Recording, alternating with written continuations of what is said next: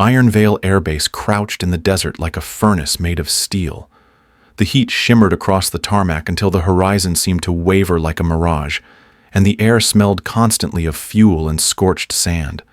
The drone of turbines rolled without pause, some distant, some near enough to rattle metal sheets stacked against the hangar wall. Pilots moved with loud familiarity, tossing remarks back and forth as if the airfield were theirs alone.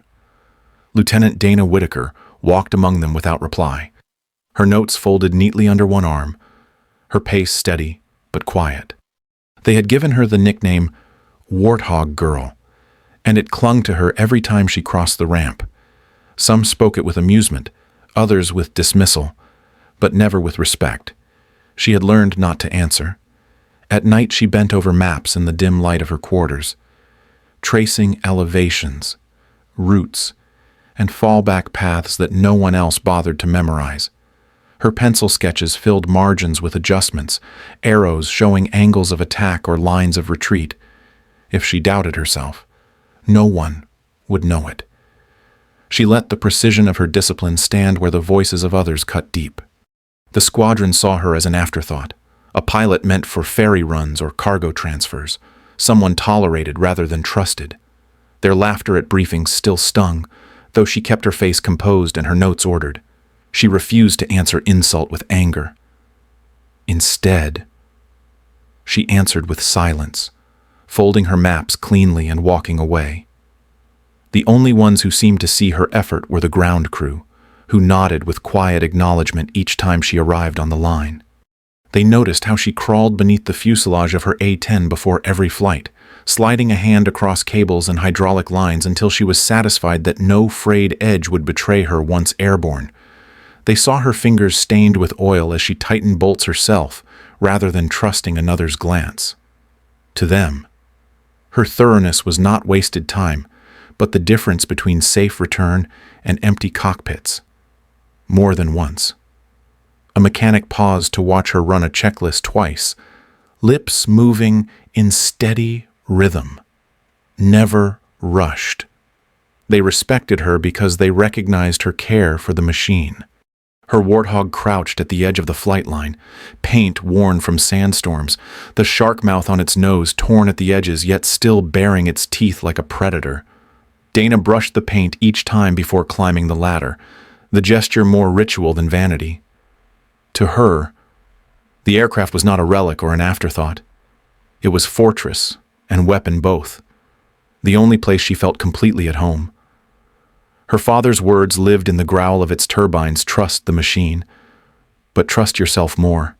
The desert offered no mercy, and neither did the squadron. But Dana carried herself with the calm of someone who knew storms always came. She endured the mockery because she understood that discipline was armor, and preparation was the only rebuttal that mattered.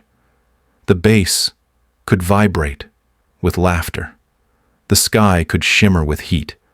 But inside her maps and checklists, she had already walked the paths ahead. The strength she carried was not loud. It did not demand recognition. It was measured instead in the stillness of her focus and the precision of her unseen preparation. The operations tent was already stifling when Lieutenant Dana Whitaker stepped inside. Canvas walls trapped the heat until it pressed close against every body, and the smell of coffee mixed with dust and fuel clung to the air. Folding chairs scraped against the plywood floor as pilots settled with casual confidence, their helmets resting beside notebooks they barely glanced at. The manifest board flickered with sector grids, casting pale light over their faces. Laughter punctuated the drone of the projector as someone leaned back and made a joke about the last run. The commander moved through the briefing with a voice trained for authority, but laced with impatience. He outlined the threat in brisk strokes, an armored column pushing through the valley, infantry in danger of being overrun. The plan was simple, a coordinated strike to smash the advance before it reached Allied lines. Dana sat straight-backed near the end of the row, her notes folded on her lap, her pencil resting between her fingers. She listened without distraction, tracing the map in her mind against the sketches she had prepared the night before. When the commander asked for confirmation, She lifted her hand. The room quieted just enough for her voice to carry. She spoke evenly, suggesting a staggered attack pattern, spacing their passes so the enemy's fire would never find all aircraft at once. It was measured, calm, grounded in discipline. For a moment the words hung in the air as though they might catch. Then the commander's gaze passed over her without pause. He gave no acknowledgement, no nod, not even the courtesy of rejection. He returned to the board, repeating his own sequence as if she had never spoken. One pilot smirked and tapped his pen against a page where crude doodles sprawled instead of notes. Another whispered loud enough for her to hear, remarking that cargo runs needed volunteers if she wanted safer work. Shoulders shook with muffled laughter, the sound spreading until it filled the tent more completely than the projector's hum. Dana felt the sting, but let none of it show. Her eyes stayed steady on her notes until the commander moved on. The contrast was stark. Their noise filled the room with arrogance, yet she remained still, folding her pages with neat precision. She slid the pencil into place, rose without comment, and walked toward the exit while their laughter echoed behind her. No one asked her to stay. No one sought her insight. And no one considered that her words might be the difference between survival and loss. Outside, the desert sun hit with blinding force, hotter even than the air inside. She squared her shoulders, tucking the folded notes into her pocket. Humiliation burned, but composure remained. She would not fight them with words.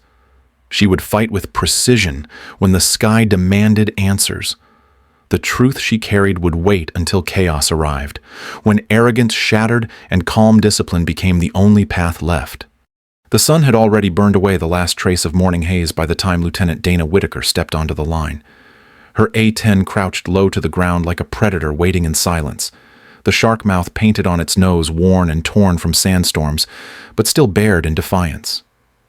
She touched the edge of the paint as she always did, her gloved hand brushing over the chipped teeth. The gesture was private, not superstition, but connection, a reminder that the machine would give back what she put into it. Her father's voice echoed in the steady growl of turbines warming nearby, telling her to trust the machine but trust herself more. The ground crew knew her rituals by heart. They watched as she crawled under the fuselage, checking bolts and lines with a precision that most pilots had long abandoned to others. One nodded quietly when she slid back out, dust streaking her sleeves. They didn't cheer her, but they offered respect in the small ways that mattered. Dana moved with the calm of habit. Her harness straps checked twice. Her oxygen mask pulled snug until it sealed against her face. When she climbed the ladder, the cockpit welcomed her with familiar restraint. Panels lighting green one by one until the Warthog seemed to come alive around her. Voices filled her headset as the Squadron taxied. Some carried the same smirks from the morning briefing. Casual words meant to sound clever. Someone joked about her seat being more comfortable for cargo. Another laughed that at least she could bring lunch when the real work was done. Dana tuned them out, eyes fixed on her gauges, hands moving in calm rhythm. The desert heat shimmered across the runway, mirage waves bending the horizon. But inside the cockpit, she felt stillness. Tower clearance came through, and the twin turbines surged beneath her. The Warthog rolled forward heavy and deliberate, then clawed into the sky with a growl that drowned out every insult. The airfield fell behind in seconds, replaced by the endless reach of desert. Below, the land twisted in heat and smoke, ridges breaking into valleys scarred by conflict. Dana tightened her harness, adjusted trim, and slid into formation. She carried no words for the others, only focus on the grid where infantry waited. The valley came into view like a scar torn into the desert floor. Dust and smoke curled from ridges, and columns of armored vehicles pushed forward, grinding the earth into lines of steel. Infantry voices cracked through comms, urgent and desperate. Dana dropped lower, hugging the ground until the sky above blurred with tracer fire. The Warthog held steady, its bulk built for this very kind of fight. Her fingers rested on the trigger, her eyes locked on the convoy. She banked hard, nose angling down, crosshairs finding the lead vehicle. The GAU-8 roared beneath her, a sound so deep it shook her ribs. The cannon tore through steel like paper, rounds punching holes until the armor erupted in fire. Rockets followed, streaking into the formation, detonations rolling through dust and smoke. Bombs dropped next, shock waves tearing the convoy apart in a storm of fire and debris.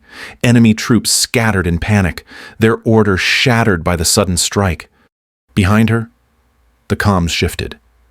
The infantry's strained voices cut with gratitude, shouting confirmation that her hits had broken the column. She pulled up, engines groaning as she climbed through the haze. From altitude, she saw the havoc her pass had unleashed. What had been a relentless push toward trapped soldiers was now chaos. Armor burned, columns fractured, and the enemy no longer looked like an unstoppable tide. Dana steadied her breath, checked her gauges, and slid back into formation. For the first time, silence pressed against her headset. The laughter was gone.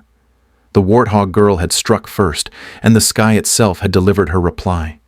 The radar warning receiver shrieked in Dana Whitaker's headset, a piercing tone that cut sharper than any insult she had ever endured. Her eyes flicked to the panel just as contrails slashed across the high horizon, MiGs diving fast from the sun like hawks closing on prey. The formation scattered too late. Voices on comms bursting into panic. Someone shouted a curse, another yelled for cover, and the air filled with overlapping calls that made no sense together. Tracers ripped down through the haze, bright lines clawing at the space between aircraft. One rookie's voice cracked as he realized he was locked, his panic rising with every second. Dana saw the fuel tank still clinging to his wings, dragging him heavy and slow. A perfect target. He had forgotten to jettison. The enemy fell on him with predatory precision, tracers chewing through the air just behind his tail. Dana shoved her throttles forward, voice calm and clipped as she broke through the chaos. She ordered him to get low into the ridge, to stay on her heading. The rookie stammered, nearly paralyzed by fear, but her command left no space for argument. She rolled hard, her A-10 groaning as she cut across the MiG's pursuit line. The Warthog wasn't swift, but its sheer bulk forced their perfect geometry apart, disrupting the kill angle. Enemy fire chased her canopy, sparks flashing past her wings. But she kept steady, using herself as a shield to buy the rookie seconds he desperately needed. The sky twisted into disorder.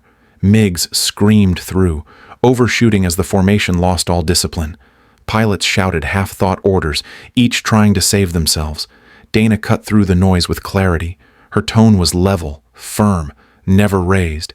She told them to dump tanks, to follow her vector, to climb at 3 degrees and hold heading 270. Each word came crisp, a tether in the storm. Cloud banks loomed ahead, thick gray walls rolling across the desert sky. Dana turned toward them without hesitation. She told the others to go instruments and trust her lead. Her Warthog dragged first into the white, visibility vanishing in a heartbeat. The world outside dissolved to vapor, tracers vanishing into the void. The MiGs plunged in after them, but their bracket formation shredded instantly, radar echoes scattering as they chased blindly. Inside the cloud cover, the storm became her shield. The rookies followed on instinct, clinging to her calm voice. She adjusted heading with precision, every correction pulling them deeper from pursuit. The A-10's bulk, once mocked, now bent the fight itself, disrupting the speed of predators who could no longer dictate the geometry. Her cockpit shook with turbulence, but her breathing stayed even. She guided them through silence, letting the storm swallow the chaos outside. The rookies no longer shouted. They listened. In the darkest stretch of cloud, her commands carried more weight than any rank pinned to a chest. True command was never granted. It emerged here, in calm voices that steadied hands trembling on throttles. When the formation burst briefly into sunlight on the far side, they were alive. No one laughed now. No one called her Warthog girl.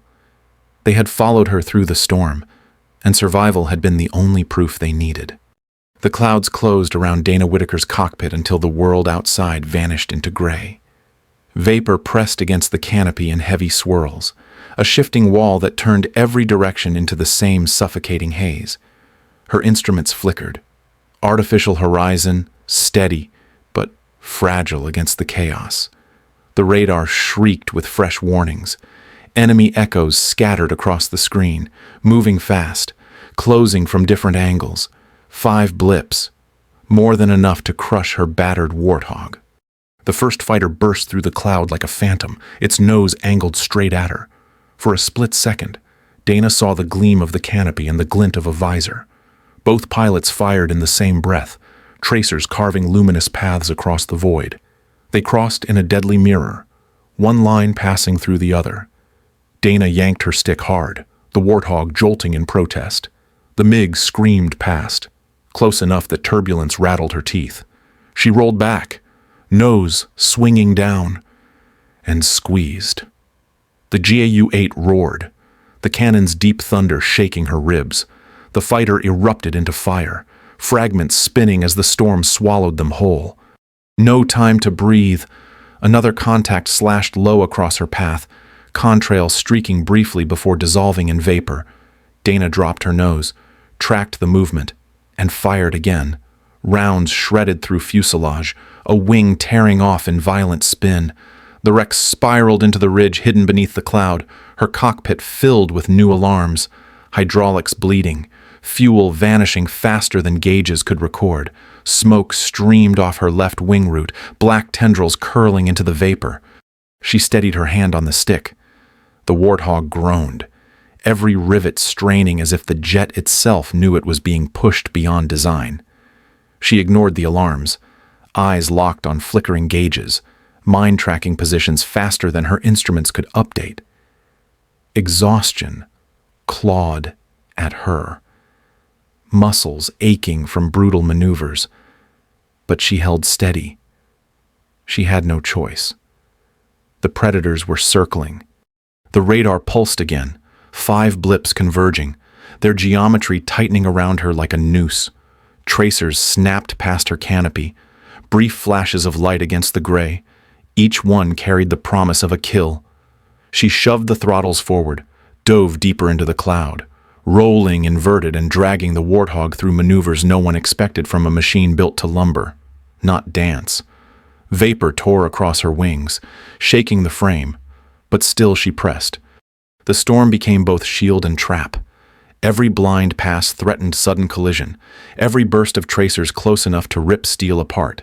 Yet the same blindness broke the predators' formation. Dana forced them into overshoots, her Warthog carving chaos through their perfect patterns. She was prey, by design. A wounded beast bleeding fuel and smoke, but in the storm she became something else. A fighter that refused to break, a machine that absorbed punishment and answered with fire. Her breath stayed measured, though her chest burned with strain. She whispered to herself once, the words her father had given her long ago. Trust the machine, but trust yourself more. The mantra cut through the fatigue, anchoring her focus. Legends were not made from perfect flights and flawless jets. They were carved in storms like this, with machines groaning in protest and pilots refusing to let go. Outside, the MiGs hunted with speed. Inside, Dana fought with will. In the heart of the cloud, survival became duel, and duel became defiance. Dana slammed her throttles forward, the engines howling as the Warthog plunged into the valley. The horizon tilted until stone walls filled her canopy, jagged ridges lunging upward like blades. Her altimeter swung wildly, needle jittering as if even the instrument doubted survival. Warnings screamed across her panel hydraulics low. Fuel bleeding. Structural stress rising, but she forced herself to look past the noise. Her focus narrowed to instinct and memory. The terrain unfolding in seconds where hesitation meant death.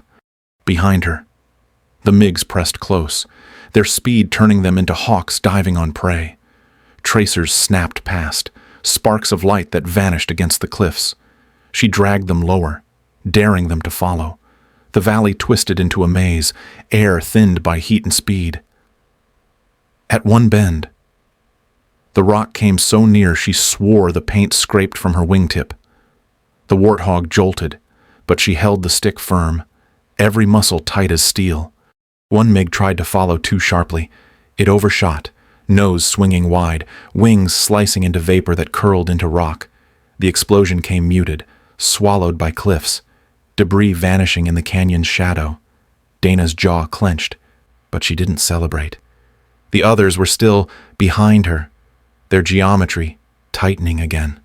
The ridge ahead rose like a wall, higher than her climb rate should allow.